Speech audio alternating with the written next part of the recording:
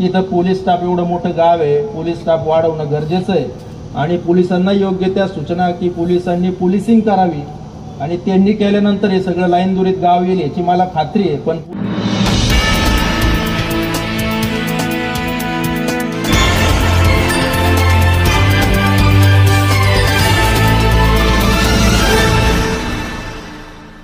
कोल्हार भगवतीपूर येथील ग्रामसभेत माजी खासदार सुजय विखे पाटील व माजी सरपंच ॲडव्होकेट सुरेंद्र खर्डे यांनी पोलीस जर कारवाई करणार नसेल तर कायदा हातात घ्यावा लागेल असे जाहीर करताच मंगळवारी रात्री लोणी पोलीस ठाण्याचे पोलीस कोल्हार भगवतीपूरमध्ये ॲक्शन मोडवर आले आहेत।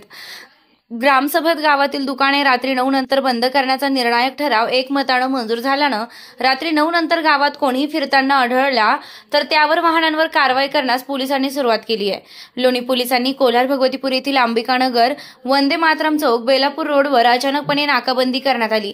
तसेच बाजारपेठेत पायी पेट्रोलिंग करून रोडवर वाहतुकीचा अडथळा ठरणारी चारचाकी वाहने, चारचाकी वाहनांच्या काळ्या काचा व मोटरसायकलचे बदललेले कर्कश आवाजाचे सायलेन्सर, विना नंबर प्लेट, फॅन्सी नंबर प्लेटच्या गाड्यांची तपासणी करून 23,000 रुपये दंड वसूल करण्यात आलाय।